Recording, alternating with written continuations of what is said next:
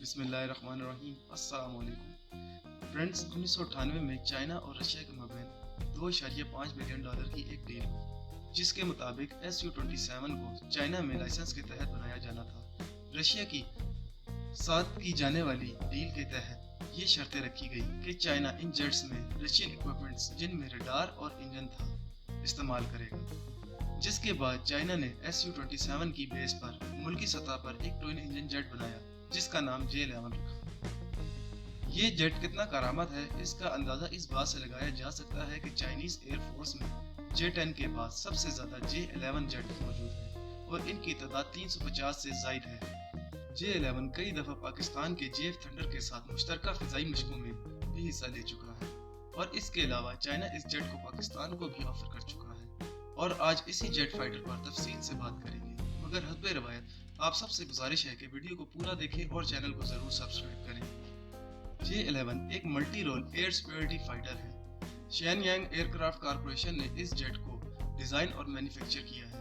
1998 میں اس جیٹ نے اپنی پہلی اڑان بھری اور 1998 میں ہی J-11 کو چائنیز ایئر فورس میں شامل کر لیا گیا، اور اب تک اس جیٹ کے 350 سے زائد یونٹس کو بنایا گیا ہے، اور ایک اندازے کے مطابق اس کی پر یونٹ کاسٹ 50 سے 60 ملین $US ہے۔ اور اگر ہم J-11 کی اسپیسیفکیشنز کی بات کریں تو اس کی length 21.9 metre, width 14.7 metre, height 5.92 metre ہے، اور ونگ ایریا تقریباً 52.84 میٹر اسکوائر ہے۔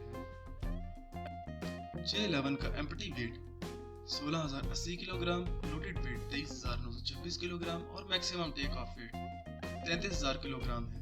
J-11 میں دو رشین میڈ AL-31F انجنز کا استعمال کیا جاتا ہے، جن میں سے ہر ایک انجن کا ڈرائی تھرسٹ 75.22 کلو نیوٹن ہے اور آفٹر برن تھرسٹ 123 کلو نیوٹن ہے۔ J-11 کی میکسیمم سپیڈ 2.35 میک یعنی 3530 کلومیٹر فی گھنٹہ ہے۔